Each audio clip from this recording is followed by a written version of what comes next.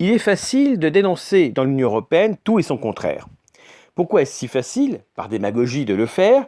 C'est parce que d'abord, les Français, comme la plupart des Européens, connaissent très mal le fonctionnement des institutions européennes. Ils ne savent absolument pas comment cela fonctionne, et on constate déjà qu'ils ont des connaissances très lacunaires sur le fonctionnement des institutions nationales. Donc on peut dire n'importe quoi.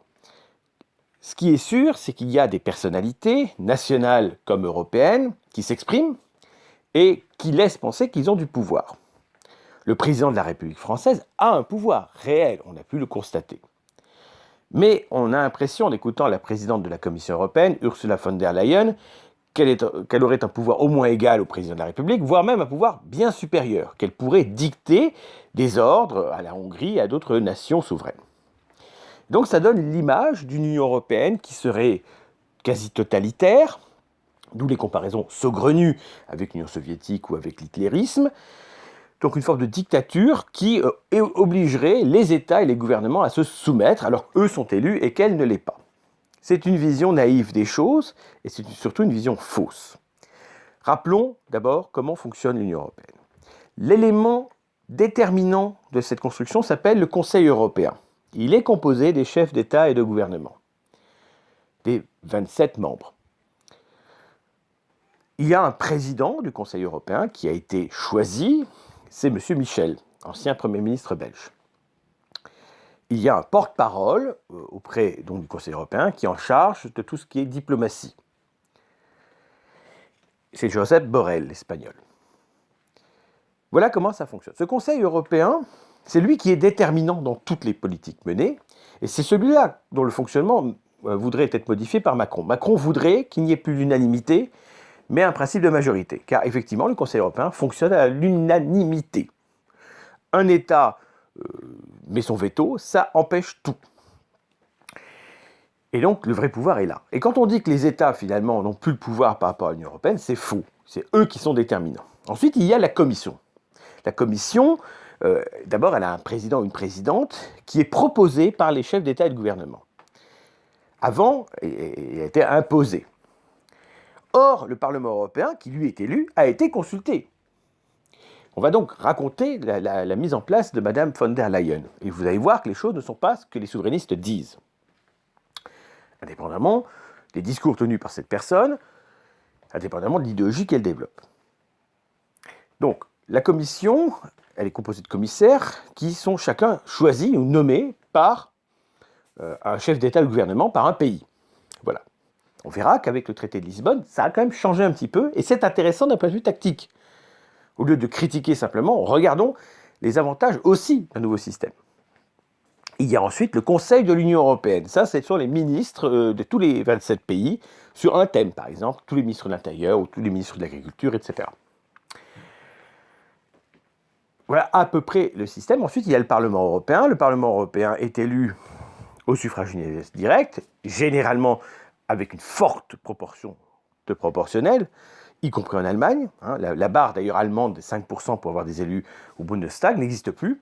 À 1%, vous pouvez avoir des élus en Allemagne. En France, on a maintenu une barre à 5%, qui est contestable d'ailleurs, mais voilà.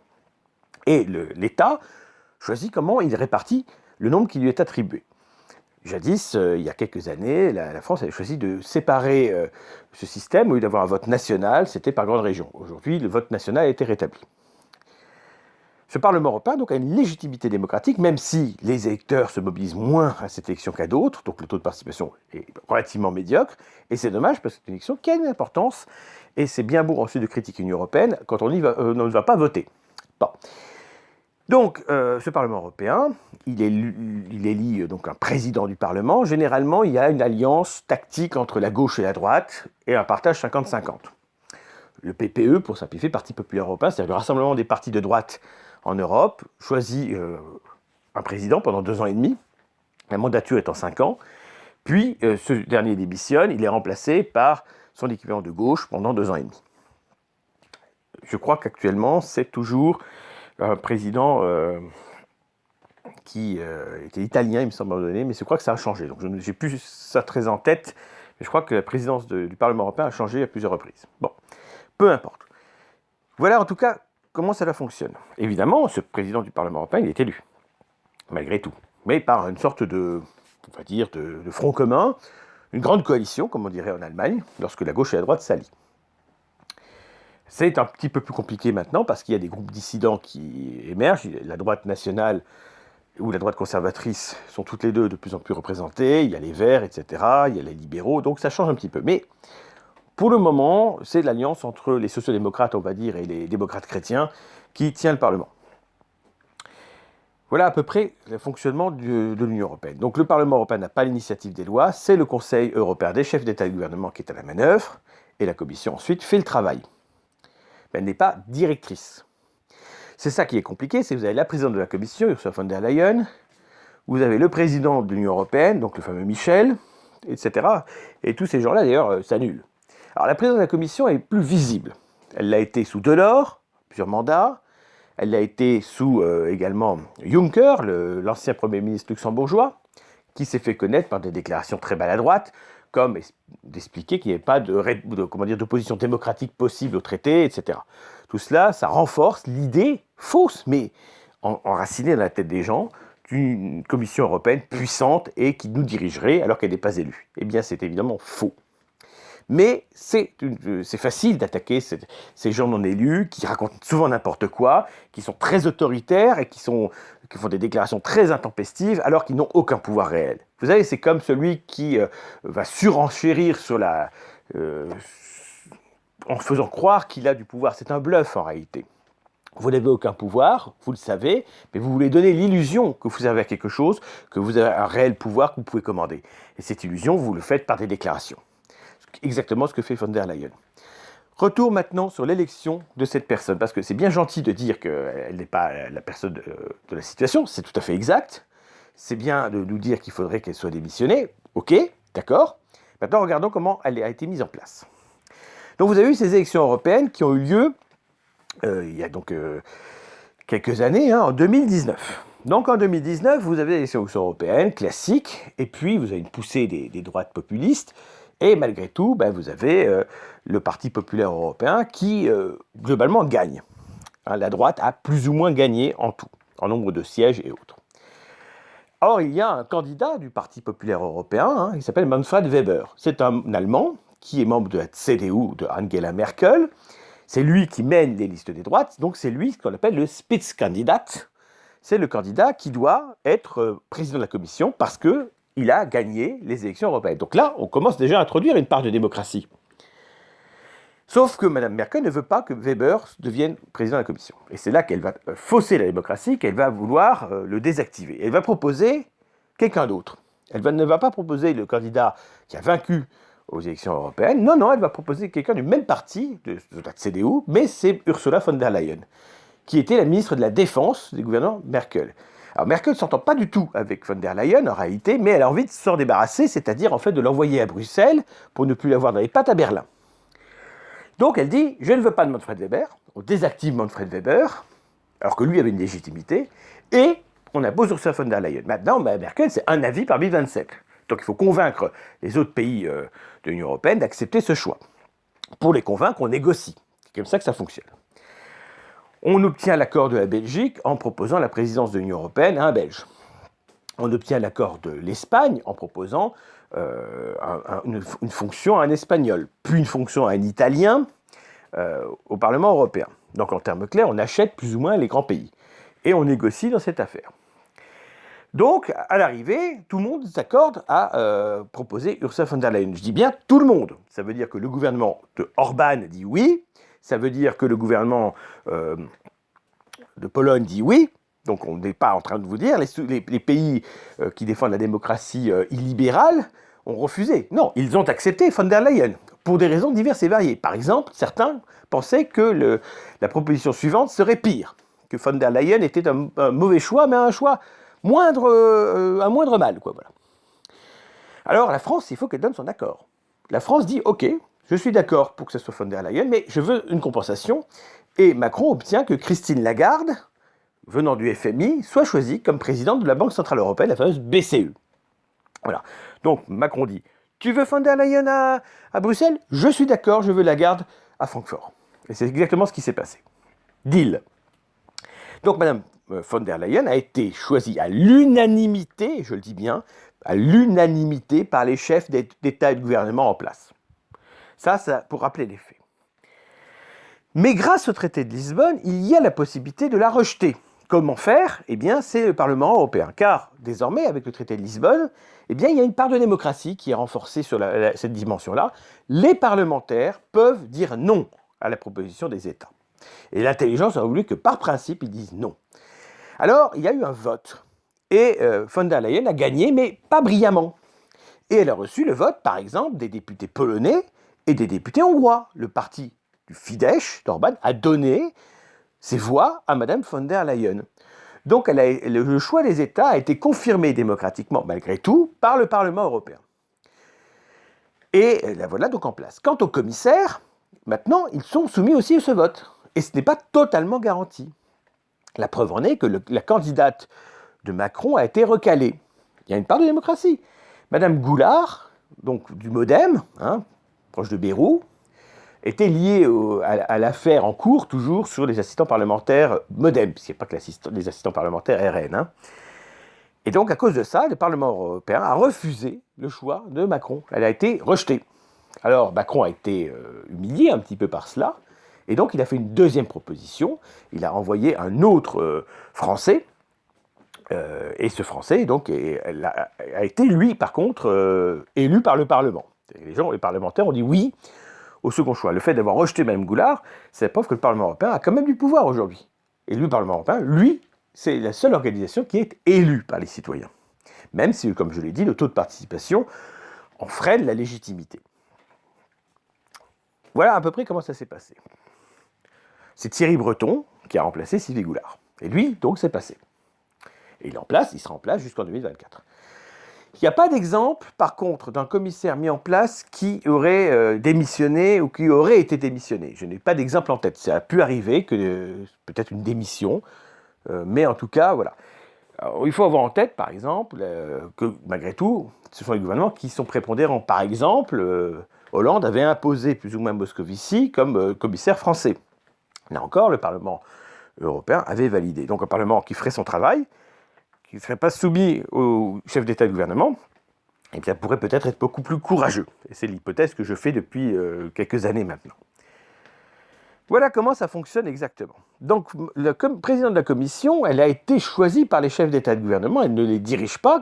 Quelqu'un qui est nommé par des gens, il est soumis aux gens qui le nomment. Il n'en tient pas le dirigeant. Ces gens n'ont aucun pouvoir, mais ils ont un pouvoir symbolique néanmoins, et le symbolisme, ça compte.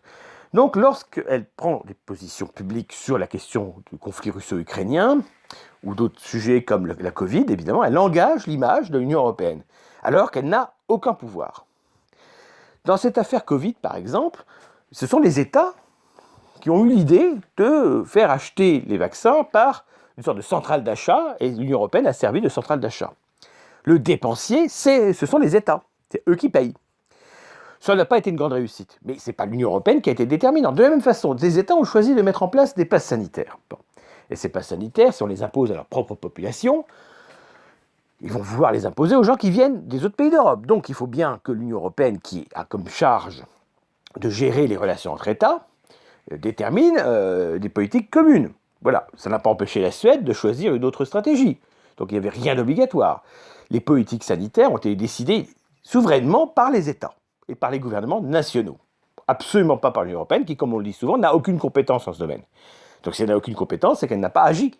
Et elle n'a pas agi. Elle n'a eu un rôle d'intervention qu'à la demande des États. Tout est fait à la demande des États. Jamais la Commission européenne ne s'auto-saisit toute seule. C'est pas vrai. Alors évidemment, ce sont des technocrates, donc ils font de la technocratie. La technocratie, ça consiste à inventer des normes dans tous les domaines, à vouloir aller dans le même sens. Il y a une idéologie mondialiste. Cette idéologie mondialiste, elle dirige à Paris, elle dirige à Berlin. On ne voit pas pourquoi elle ne dirigerait pas à Bruxelles. C'est logique. C'est la même idéologie partout. C'est normal que les gens nommés par les chefs d'État et de gouvernement les plus occidentalistes soient des occidentalistes. Bon. Donc après, que pense Mme von der Leyen en privé? Je n'en sais rien, elle est démocrate chrétienne allemande, peut-être qu'elle a des vestiges de cette idéologie en elle, mais n'empêche qu'elle ne les applique pas. Mais de toute façon, elle sortirait de cela, elle prendrait de vraies positions qui seraient les siennes, là elle se ferait virer. Alors est-ce qu'on peut la révoquer? Il y a des moyens. Mais le premier décideur, ce sont ceux qui l'ont nommé. elle ne pourrait être, entre guillemets, démissionnée que par une volonté unanime des chefs d'État et de gouvernement. Et déjà, le gouvernement allemand dira non. Et pas que lui, en réalité. Et de toute façon, personne ne fait la proposition suivante. Orban n'a rien dit, les autres non plus. Donc, s'ils ne disent rien contre elle, c'est qu'ils sont contents d'elle. Et effectivement, ils sont contents d'elle parce qu'elle décrédibilise l'Union européenne, en réalité. Donc ça les arrange. Tout ça, c'est un jeu de dupes. Et par exemple, qu'un pro-Union européenne, comme un Jean Quatremer, ex-journaliste de Libération, soit contraint d'écrire un livre où il explique tout cela et déplore le fonctionnement de l'Union européenne et montre qu'il y a des mensonges partout, c'est révélateur. Donc évidemment, l'Union européenne actuelle n'est pas satisfaisante. Elle va dans le mur, mais comme les États. Simplement, il faut savoir de quoi on parle. Lorsque l'Union européenne déconne, c'est d'abord parce que les chefs d'État et de gouvernement à la manœuvre déconnent. Donc, remettons la réalité. Madame von der Leyen parle peut-être, mais elle n'a aucun pouvoir. L'Union européenne n'a aucun pouvoir. Ce n'est pas une nouvelle Union soviétique, ce n'est pas un régime totalitaire, c'est surtout un régime sans pouvoir, c'est-à-dire c'est une structure. C'est une structure de coordination entre les chefs d'État et de gouvernement, et d'une certaine manière, c'est un club des chefs d'État et de gouvernement. Ce sont eux qui, ensemble, décident. Et malgré les désaccords profonds qu'ils peuvent avoir, eh bien, ils acceptent de trouver des consensus mous. Des exemples sont sans fin. Par exemple, la question d'ouvrir les pourparlers d'adhésion à la Turquie, donc en 2005. Un mauvais moment, puisque c'était un peu avant ce fameux référendum. Bon.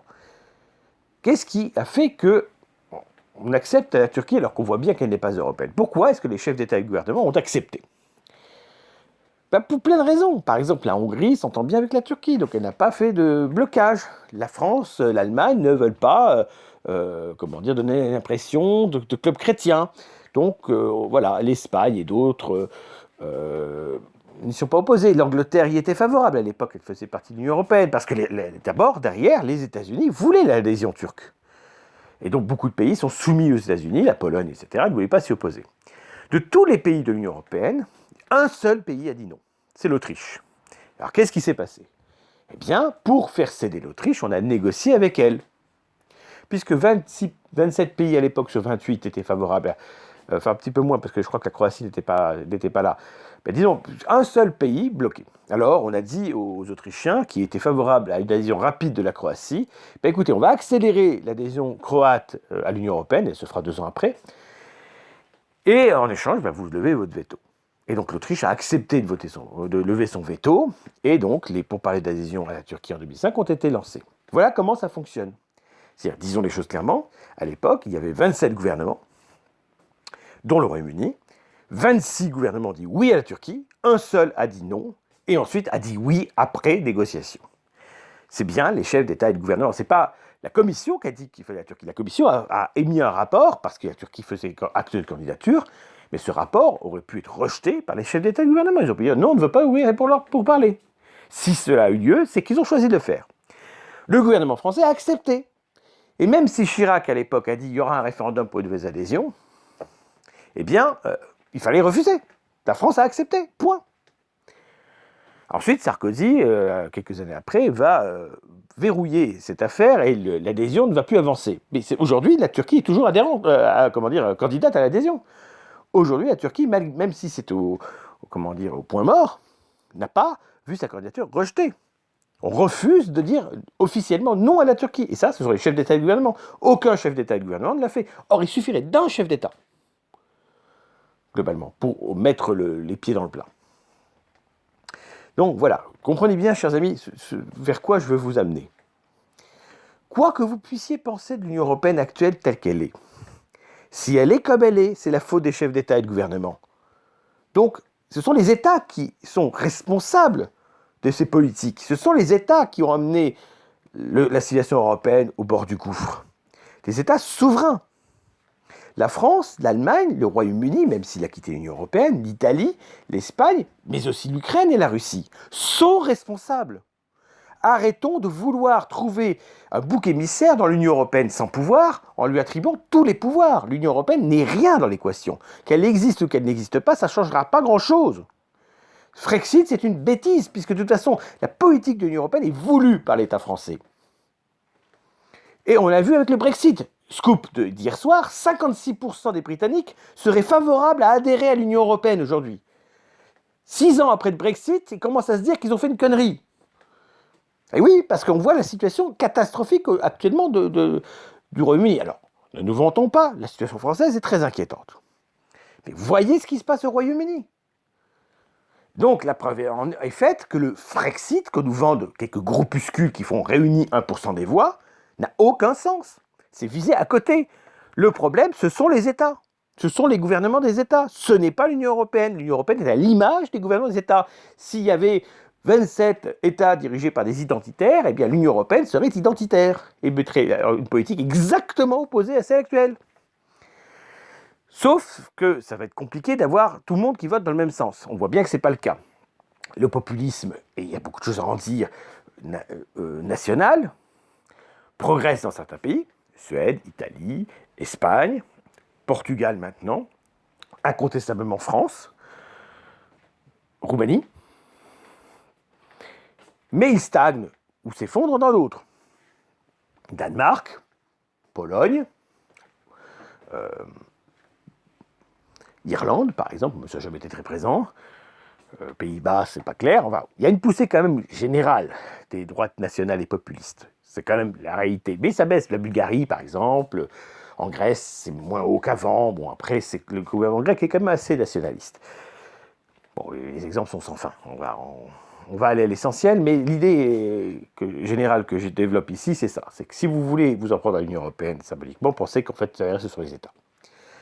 En fait, c'est juste les élections nationales qui déterminent tout. Vous votez mal, vous élisez de mauvais présidents, de mauvais présidents du Conseil, de mauvais premiers ministres selon les pays, vous avez un résultat qui est catastrophique. Alors vous me direz, bonne nouvelle, Meloni arrive au pouvoir en Italie, il y aura une coalition des droites avec les Suédois, des démocrates suédois qui vont surveiller un petit peu de choses, peut-être que ça aura un impact sur l'Union européenne. Une autre façon d'agir, c'est d'agir par le Parlement européen, c'est-à-dire d'agir dans l'autre sens. C'est-à-dire, ou bien vous voulez agir sur les États.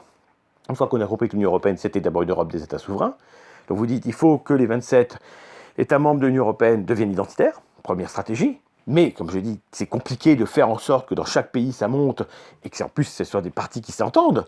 On voit bien qu'il y a 2 groupes parlementaires au Parlement européen, et pas un seul, parce que ça ne s'entend pas.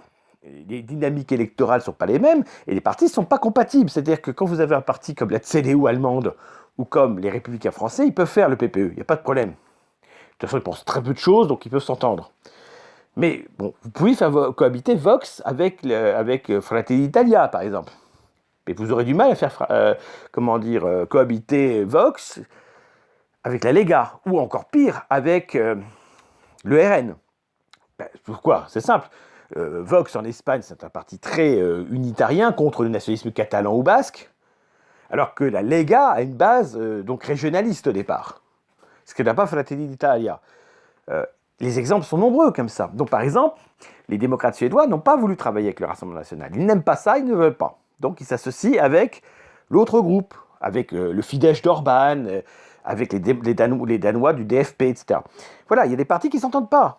La caricature à plusieurs reprises, ça a été ça. Par exemple, les partis allemands et italiens ont eu du mal souvent à s'entendre. L'AfD allemande a réussi à s'entendre avec la Lega, mais elle n'arriverait peut-être pas à s'entendre avec Fratelli d'Italia. À la grande époque, l'Alliance nationale et les républicaneurs allemands s'étaient bagarrés et avaient explosé un premier groupe parce qu'il y avait la question des germanophones du Haut-Trentin, d'Italie. Là. Bon. Une autre fois, c'est parce que Alessandro Mussolini avait attaqué le peuple roumain en le confondant avec les Roms. Et donc, le parti de la Grande Roumanie de Tudor avait décidé de faire sauter le groupe. Voilà, 2 fois, les groupes ont pété à cause de ça.